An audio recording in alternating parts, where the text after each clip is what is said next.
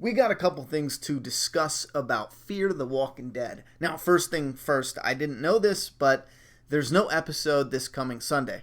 Now, we have our live stream every Sunday night, and unless something comes up that I'm not aware of, we will still have our live stream. It might be a little later. I think we're having a cookout and some other stuff going on. So, yeah, maybe around 10:30 if we're on time, 11 Eastern Standard Time. Now, that being said, if you guys want to leave any questions, we'll do an open Q&A, maybe an open discussion, or any suggestions. You guys could put those down in the comment box. But we do that live stream every single Sunday night, so come on by for that. But like I said, no Fear the Walking Dead episode this Sunday. It'll return the Sunday following that. All right, so Madison's fate is still unknown. I'm not really sure I don't really feel like they're going to kill her. I do kind of feel like they're going to make it seem like the kids believe she is dead and she is somewhere else. Now, this gets a little redundant because we, yet again, are splitting up the family and then having a reunion. When you have reunion after reunion, it just really dull. It's like a knife. You get a sharp knife. I mean, the thing is amazing. It slices through whatever you're jabbing it into.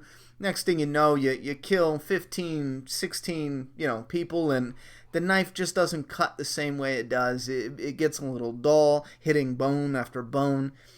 Next thing you know, you can barely kill your, 20-second victim. You know what I mean? And it's just a problem because, well, we're not going to get into that. But you guys see my point. Once we keep having these reunions all the time, it takes away the impact of the reunion, I feel. Maybe that's not the case for you guys. You guys let me know down in that comment box. But I feel like the reunions are getting to be a bit much. Now, with that being said, one of the things I'm actually the most curious about is what they're going to do with Naomi linking up with the Vultures and the Land Rover, because that is something that Madison got from the most recent episode, just in case. The girl at the one community wanted to be prepared with a vehicle and supplies. That way they can get the hell out of there if something pops off. Now, I think one of the showrunners left a very big, hint at what's going to pop off, and a few of you did guess it. How the stadium will fall. A few of you guessed zombies. Now, I thought, that's a little too easy. We've already seen that with the governor. I mean, Rick and gang used it on Negan, and I'm sure there's a ton of different times in the world of The Walking Dead I'm just forgetting about, but our group has, in both shows, have used zombies to attack communities before, over and over again. I mean, the wolves, we kind of had one. It was more of a situational, happy coincidence or, unhappy, whether...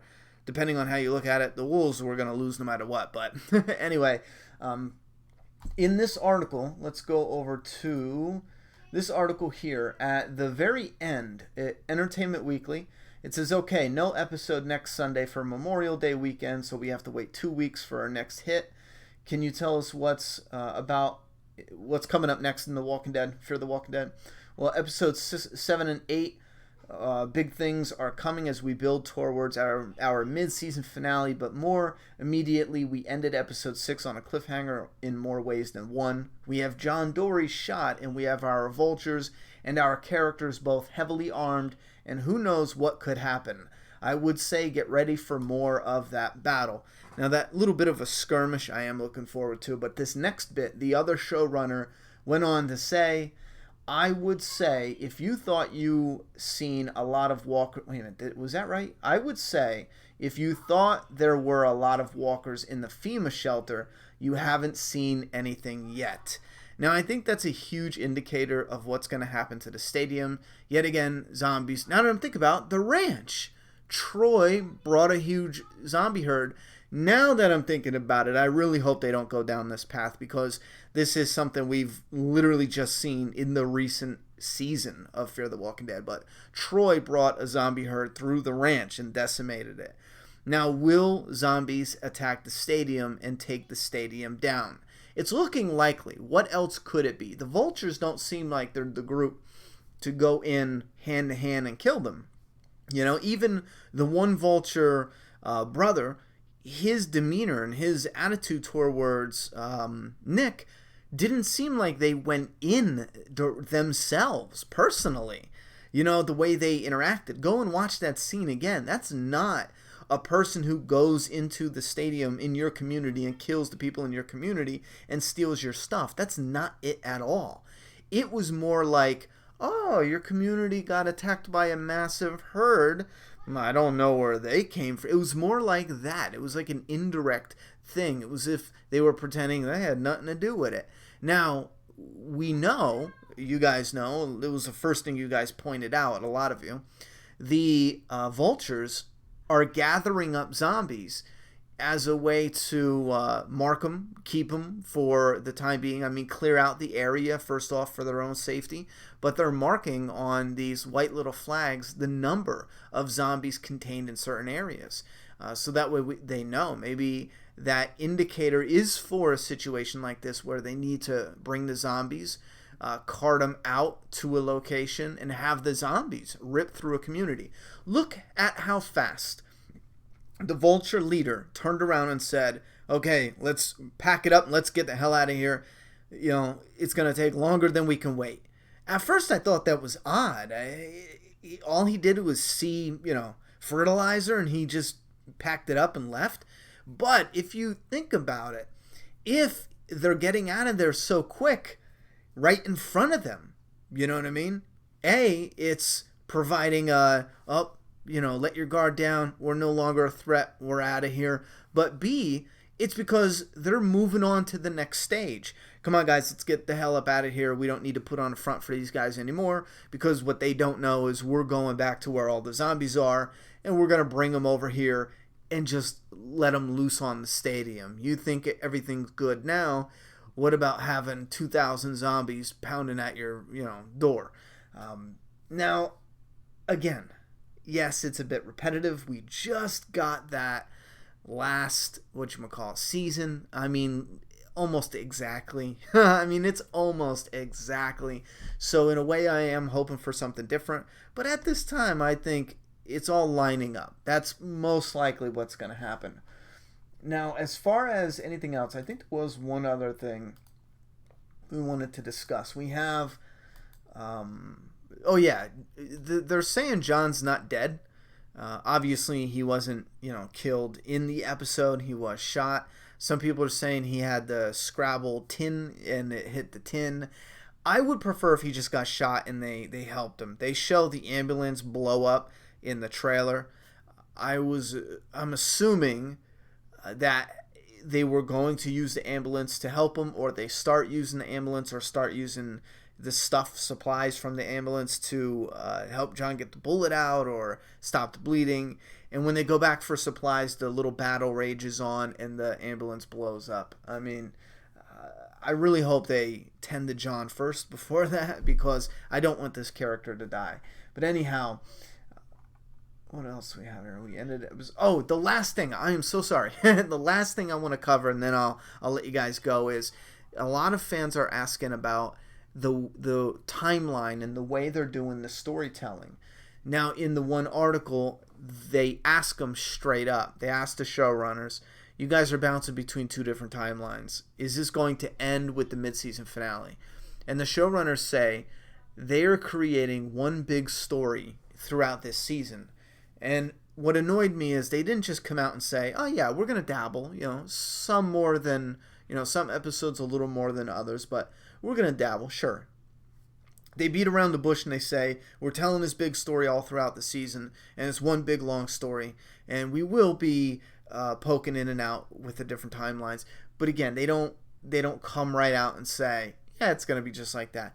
They say because of the story being one fluid tale for these characters for the whole season, I am almost positive that means we're going to be getting this backstory, flashback, for the rest of the season. Now, here's where it gets tricky.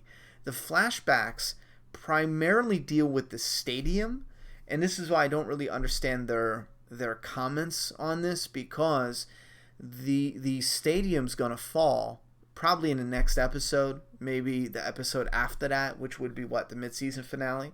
So if the stadium falls, what's the point of the flashbacks?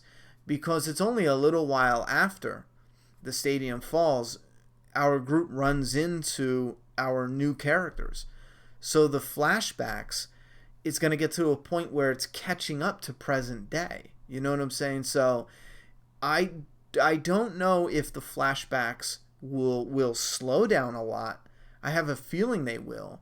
I feel like if the flashbacks are in the rest of the season, the second half, it'll cover what happened to Madison, where she's been, what happened to her after, not so much our group and the stadium. Maybe a little bit with Alicia and Nick, and maybe it'll even lead up right to where Alicia and Nick and them set the ambush for Al. That is possible. And it'll also flash back and show us what Madison was doing, where what happened to her and where she went after the stadium fell. Now, again, it's got me intrigued, but it also has me a little worried for two things.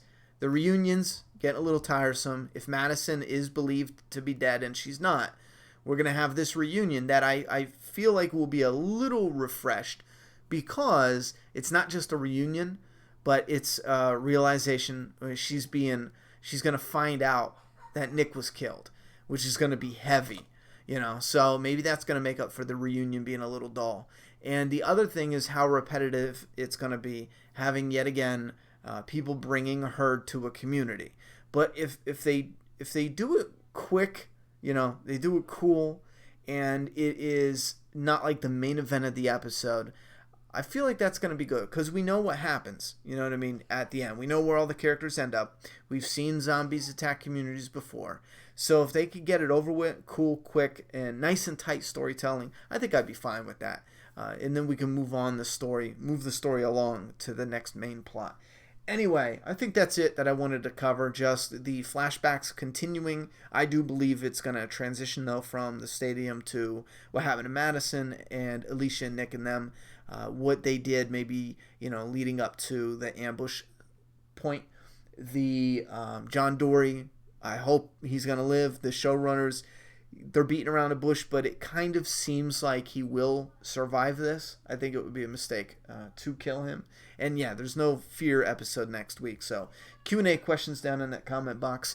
And I'm going to go ahead, and tomorrow or the day after, I think we're moving on to a new video. So stay tuned. I don't want to say what that is, just in case I change the videos around a little bit. So thoughts and opinions about Fear the Walking Dead coming up. Q&A questions down in that comment box. Please put Q&A first thing in the comment so I can find your questions easier. And I'll see you here definitely Sunday night for our weekly The Walking Dead, Fear the Walking Dead live stream. Alright guys, I'm done talking, so it's your turn.